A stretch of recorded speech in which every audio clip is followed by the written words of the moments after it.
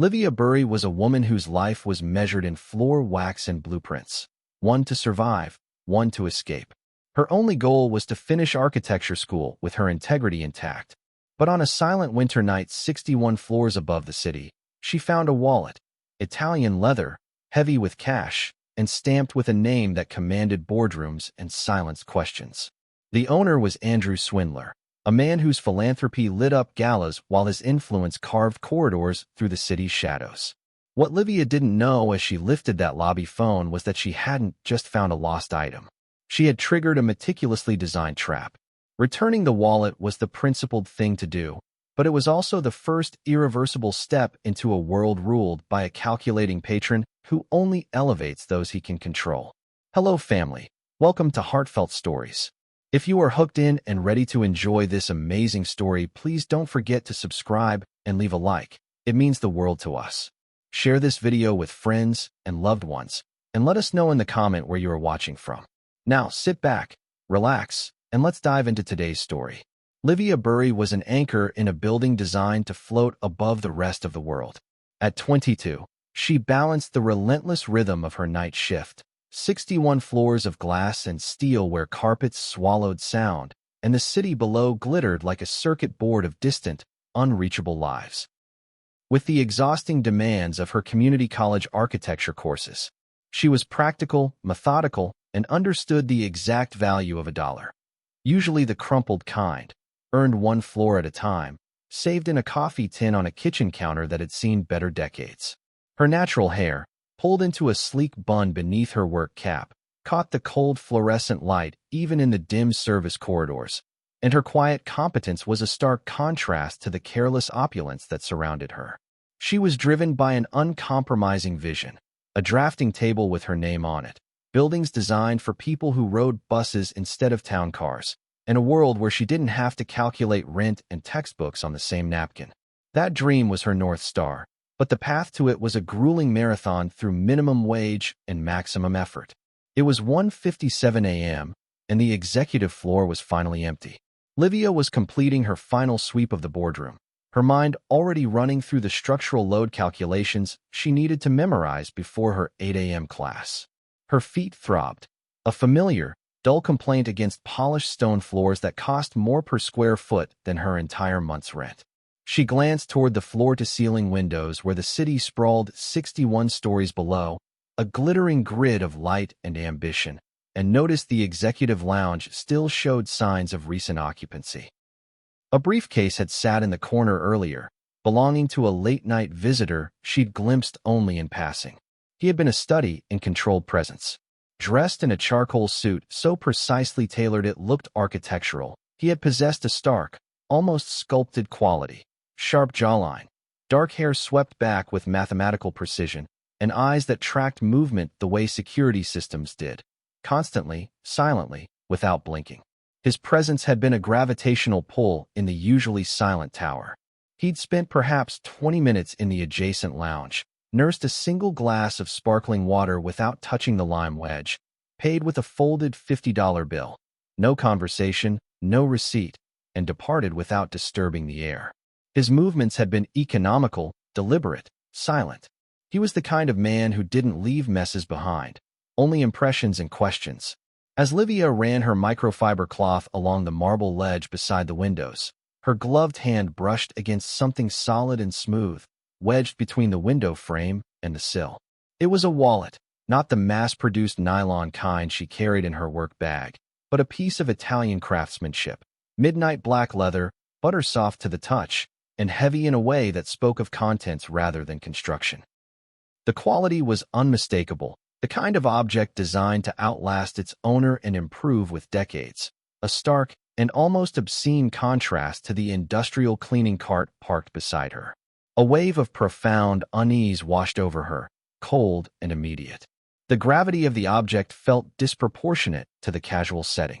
It was a piece of a life that operated on different rules, in different rooms, under different lighting, a world that existed 61 floors above hers, even though they occupied the same building. She slid onto the window ledge and opened it carefully, just enough to glimpse the contents. Inside, there wasn't the usual clutter of membership cards, crumpled receipts, or family photos, the accumulated debris of a normal person's wallet. There were 3 crisp bundles of $100 bills, held together by a sterling silver money clip engraved with initials too small to read in the low light. Next to the cash sat a single driver's license. Andrew Swindler, age 30. The photo showed the man who had just left, his face impassive, expression unreadable, dark eyes radiating the kind of intensity that didn't negotiate.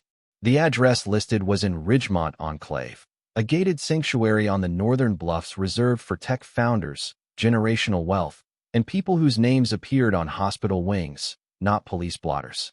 Tucked into a leather sleeve was a platinum card with no bank logo, no institution name. Only a 12-digit number embossed in minimalist sans serif, suggesting membership in a club that didn't advertise and didn't need to. The combined contents didn't whisper wealth. They screamed power, discretion, and the kind of danger that wore expensive suits and never raised its voice. The temptation was immediate and sharp. $3,200. She let the weight of that number settle on her chest, felt it press against her ribs like a physical thing.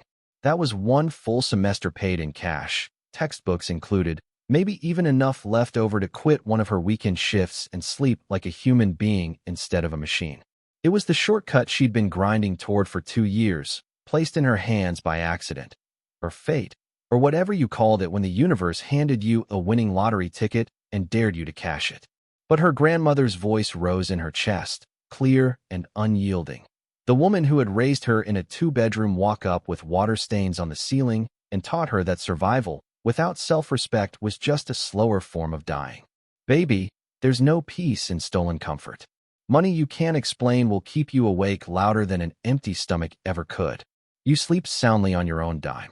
That voice was loud, louder than exhaustion, stronger than desperation, older than temptation.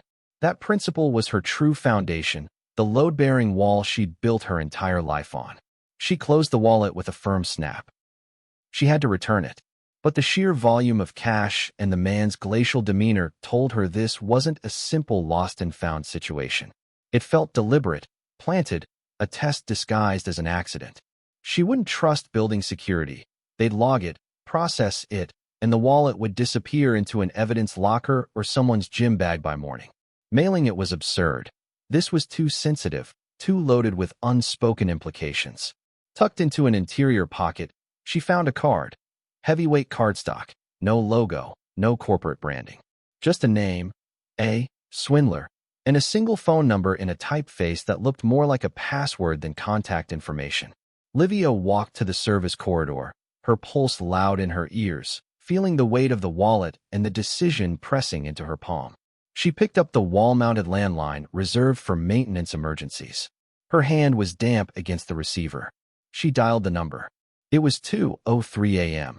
The phone was answered on the first ring. The voice was male, smooth, and unsettlingly calm. No preamble, no polite greeting, no cushioning pleasantries. Just quiet certainty. You have something of mine. It was a statement, not a question. A confirmation of facts already known.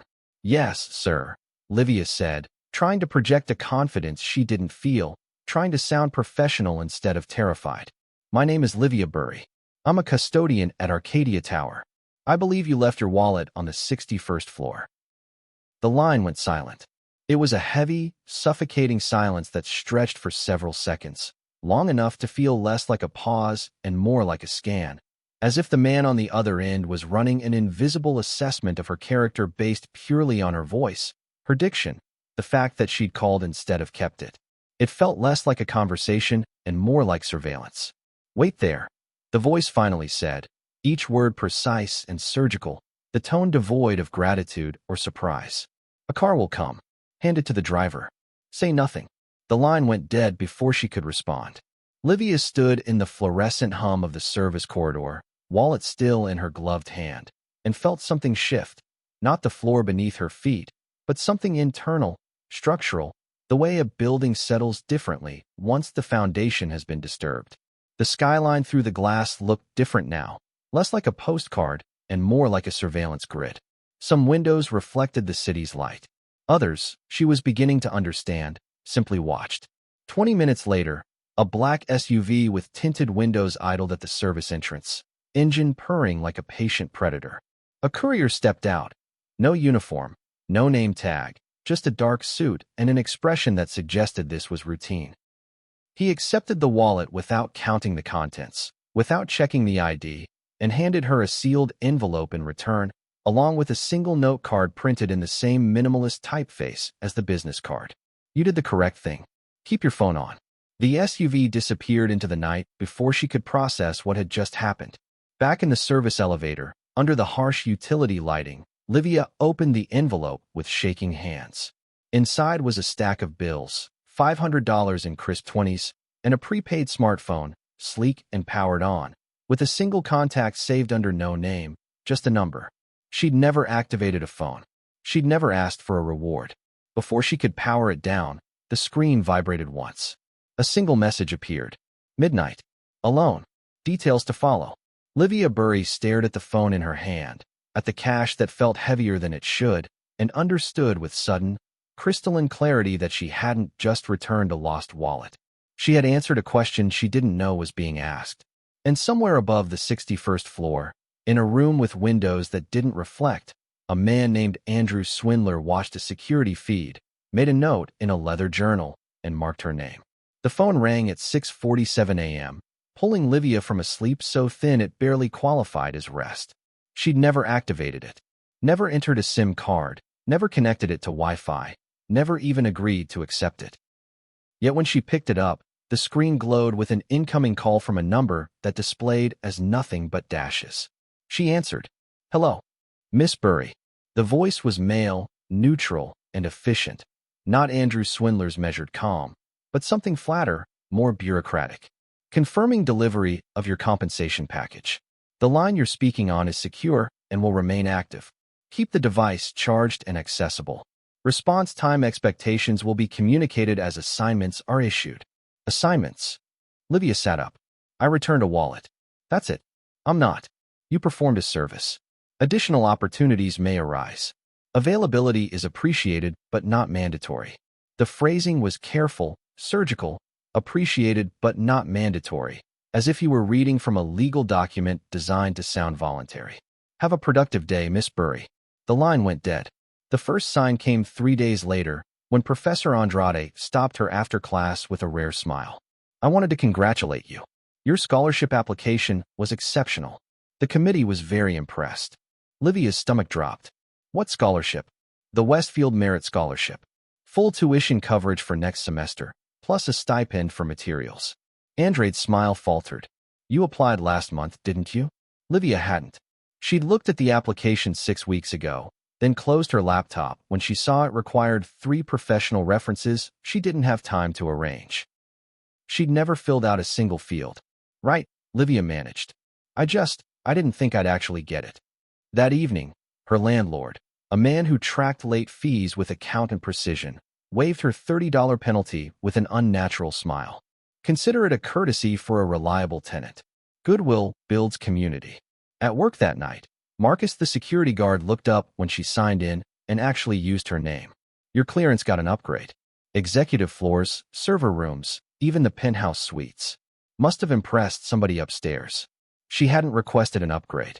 Someone was drawing a map around her, adjusting access, smoothing obstacles, clearing a path she hadn't asked to walk. The call came at 11:34 p.m. while she was cleaning the executive lounge. Miss Burry. Andrew Swindler's voice, smooth and unhurried. I hope I'm not interrupting. I'm working, Livia said flatly. I know. 61st floor, 20 minutes ahead of schedule tonight. No threat in his voice, just observation. I'm curious. What kind of building forgives its own flaws? The question landed sideways, too abstract for small talk. Livia moved toward the windows, away from the camera. I don't understand what you're asking. Structurally, some buildings acknowledge their vulnerabilities. Earthquake joints, expansion gaps, rooms that absorb pressure instead of distributing it.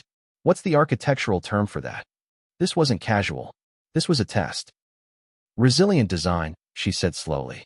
You build intolerances, spaces that accommodate stress without catastrophic failure. And if you were designing for a city that forgets its most vulnerable people, how would you make space for them? You design exits they can actually use. Buildings that acknowledge the people who make them function, not just the people who own them. Silence, not empty, but full, like he was taking notes.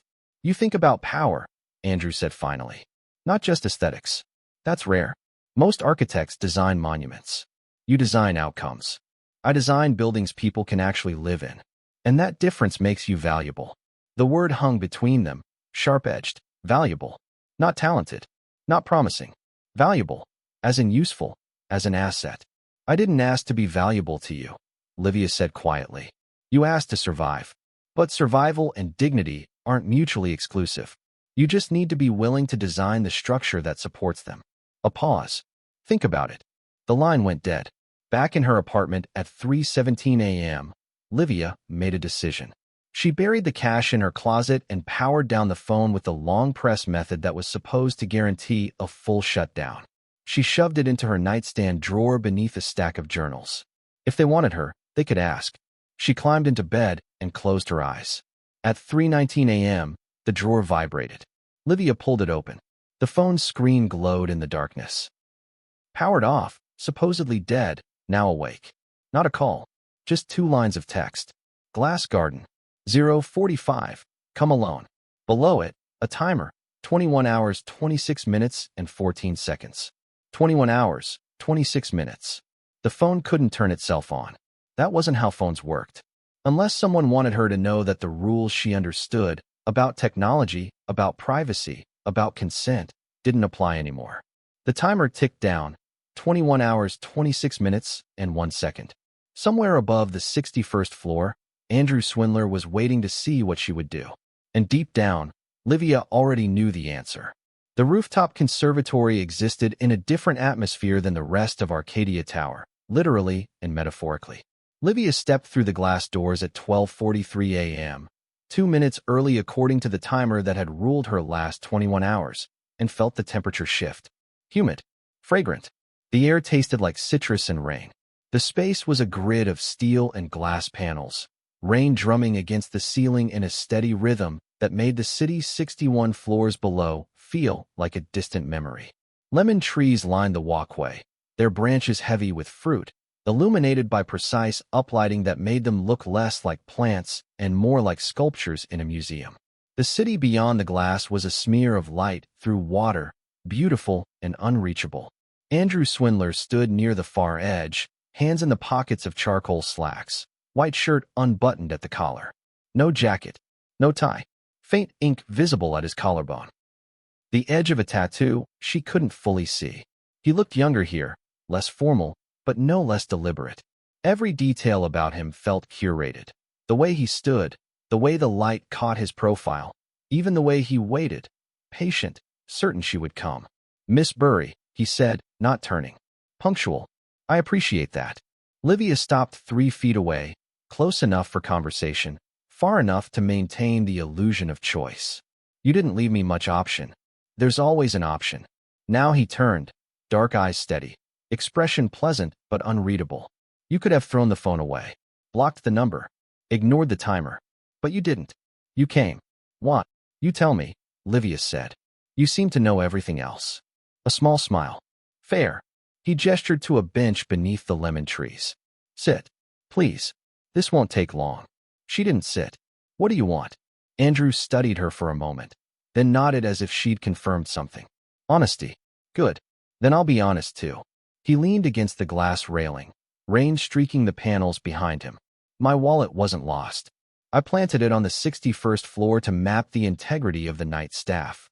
14 people had access to that lounge over 3 nights. Most pretended not to see it. One man rifled through it and left it behind. Only you called immediately, followed instructions without asking questions, and returned it intact. Livia's chest tightened. It was a test. It was an evaluation, Andrew corrected. I needed to know if there was someone in this building who could be trusted with things more valuable than cash. Someone who understood discretion. Someone who could follow directions when the stakes weren't explained. He paused. Someone invisible by profession but not helpless by nature. The words landed like stones. And now what? You bought my tuition, smoothed my rent, and upgraded my clearance. You think that makes me yours? No, Andrew said simply. It makes you comfortable enough to listen. Which brings us to why you're here. He straightened, crossing his arms. I'm offering you a choice. 2 paths. You pick, right now, and we both live with it. Livia waited. Path 1. I give you another envelope. $10,000. You walk out of here, keep the tuition scholarship as a parting gift, and we never speak again. The surveillance stops. The favors stop. You go back to your life. And path 2. I sponsor your entire architectural education. Tuition, housing, materials, portfolio development. Everything you need to build the career you're working 3 jobs to afford. In return, you provide occasional services. Cleanliness audits in properties I manage. Discreet, late-night work. Your existing credentials provide access. Your competence provides results. Cleanliness audits, Livia repeated, the euphemism sitting bitter on her tongue. You mean cleaning up your messes. I mean solving problems before they become visible. Andrew's gaze didn't waver. You're already invisible in the places that matter. You're already trusted with access most people in my organization don't have. And you already understand that integrity isn't about morality. It's about structure. Knowing which walls are load-bearing. Livia looked past him, through the rain-streaked glass, at the neighborhoods below where her mother worked double shifts, where her classmates rode 3 buses to campus, where people like her built the city and never got to own a piece of it. If I say no to both, she asked quietly, then you say no? I don't punish honesty, Miss Burry, but I also don't offer twice. She thought about the scholarship application she didn't submit, the phone that turned itself on, the careful architecture of pressure and relief that had surrounded her for the past 5 days. She thought about poverty as the only architect of her life, designing her choices, narrowing her exits, building walls she couldn't see over. 3 rules, Andrew said, as if sensing her calculation. Silence. Punctuality. No why, only how. Break any of them, and the door locks from the outside. Follow them, and you'll graduate with a portfolio most architects spend a decade building. He extended his hand. Do we have an agreement? Livia looked at his hand, at the rain beyond the glass, at the lemon trees lit like promises. She stepped forward and shook it, not because she trusted him, because she refused to let poverty be the only force that shaped her. We have an agreement. Andrew's grip was firm, brief, professional. Excellent. Welcome to the architecture of better outcomes, Miss Burry. Her phone vibrated in her pocket before she could respond. She pulled it out. A new message, precise and cold. Assignment 01. 2847, Maple Avenue, Unit 12C. 3 o'clock. Access code, 4471. Gloves. UV light. Disposal bag. The timer was already counting down. 2 hours, 14 minutes, and 33 seconds. Livia looked up at Andrew. His expression was unchanged, calm, expectant, already certain of her compliance. The car is waiting downstairs, he said. Everything you need is in the trunk. The condo at 2847, Maple Avenue, Unit 12C, smelled wrong before Livia even crossed the threshold. Not dirty, the opposite. It reeked of bleach and something sharper underneath, metallic and organic, like copper pennies left in the sun. The kind of smell that told a story her conscious mind refused to translate. The guest lounge was spotless. Too spotless. White furniture, chrome fixtures, floor-to-ceiling windows overlooking the financial district. The only imperfections were deliberate. A cracked phone on the coffee table, screen spiderwebbed but still glowing faintly. A security camera dome in the corner, plastic casing shattered, lens dark. Her instructions were simple. Bag the phone. Wipe all surfaces with the bleach solution provided.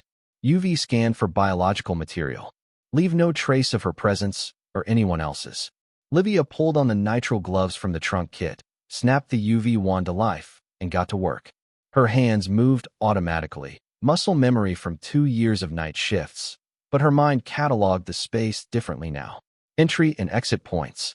Sightlines from the hallway. Blind corners where someone could stand unseen. She was drafting a blueprint in her head, not of the architecture, but of what had happened here and how thoroughly it needed to disappear. The phone went into the disposal bag.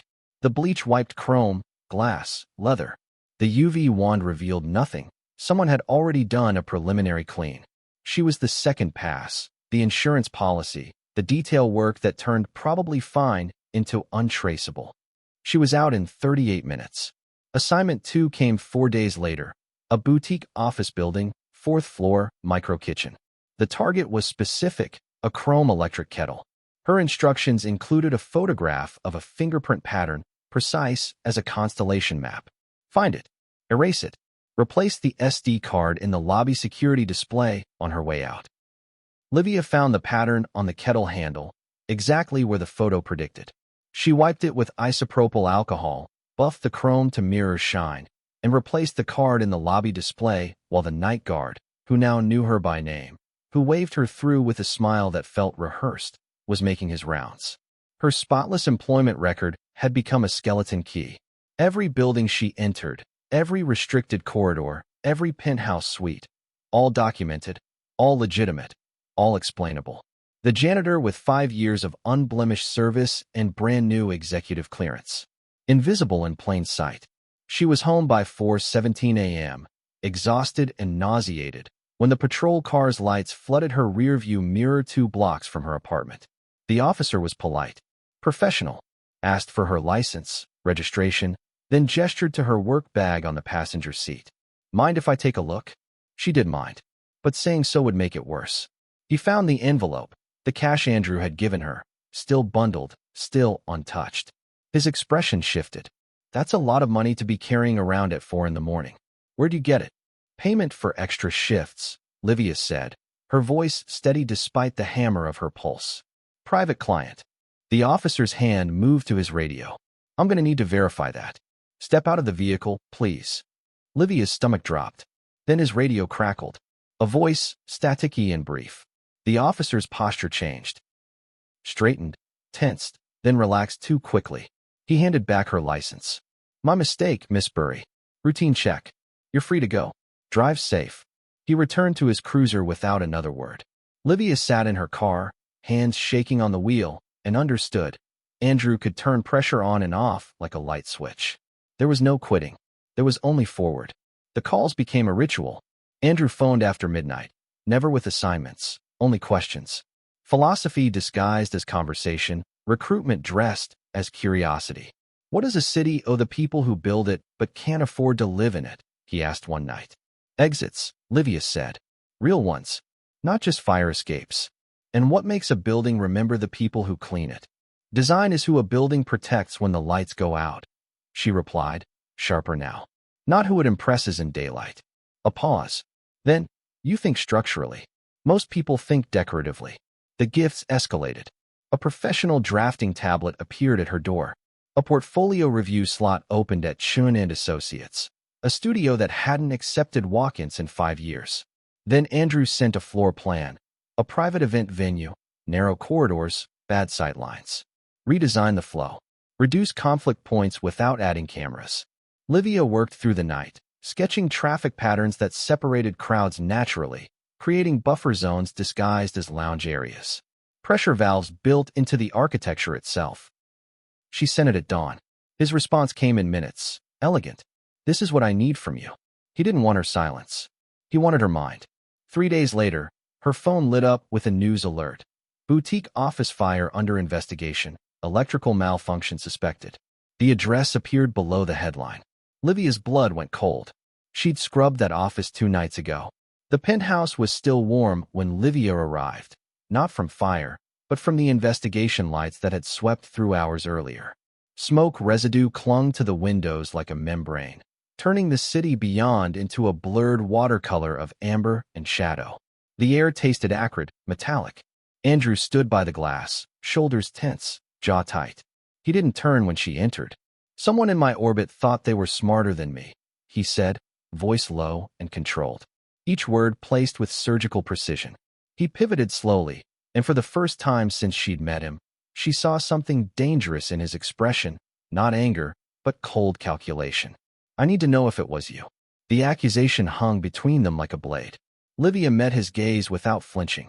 Her pulse hammered, but her face remained calm. The expression she perfected in service elevators with executives who never saw her, in hallways where she was furniture with a mop.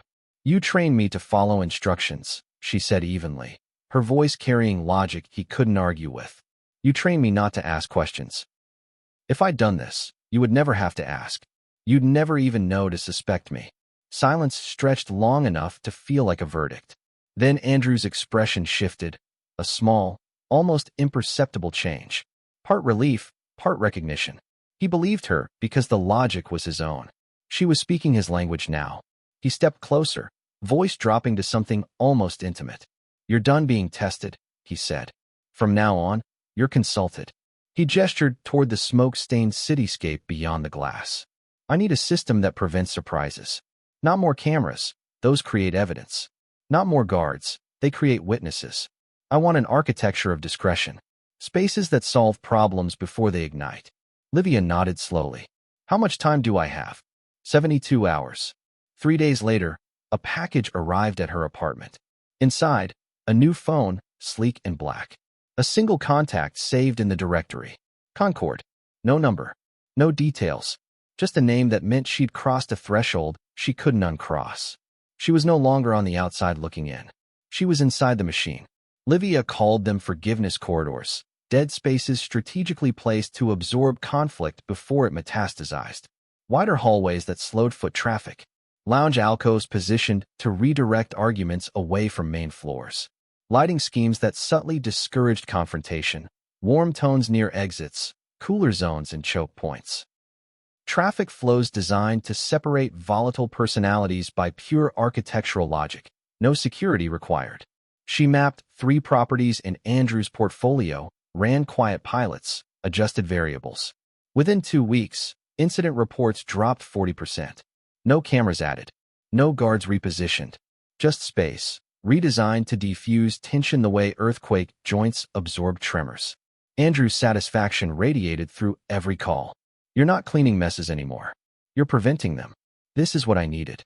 But the cost accumulated in smaller ways.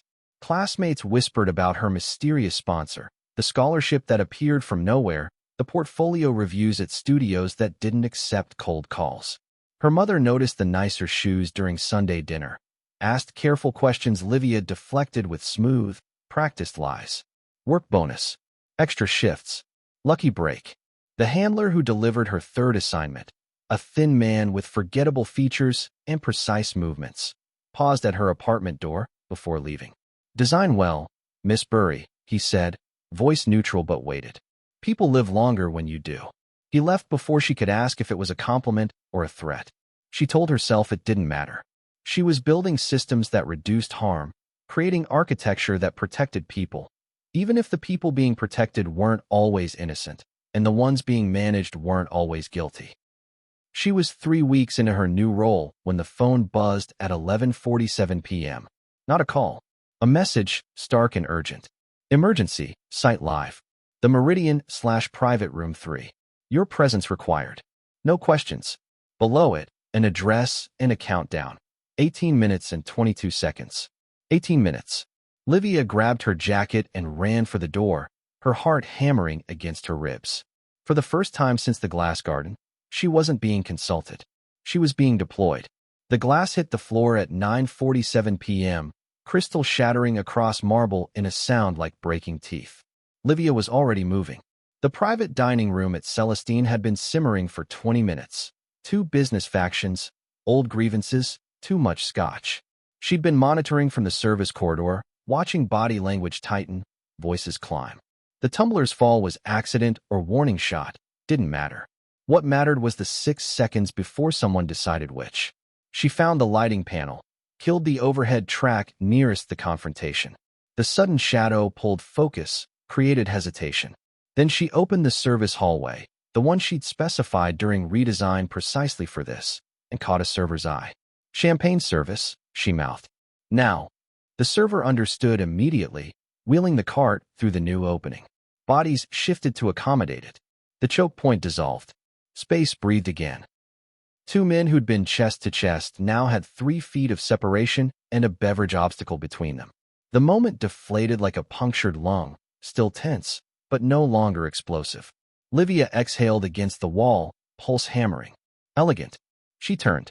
Andrew stood 5 feet away, perfectly pressed despite the hour, watching her with something that might have been pride on anyone else's face. "How long were you?" "Long enough." He gestured toward the dining room. where conversation had resumed at lower volume. You re-architected conflict in real time. No blood, no incident reports, just better geometry. They walked to the elevator bank in silence. He pressed the call button with one precise finger. You're not here to clean messes, Miss Burry. You're here to design better outcomes. The elevator chimed. He held the door, then added quietly. There will come a day when you'll have to choose what you're building, an exit or a fortress. The doors closed on his expression, unreadable, expectant. Livia rode down alone, wondering if there was any difference between the two.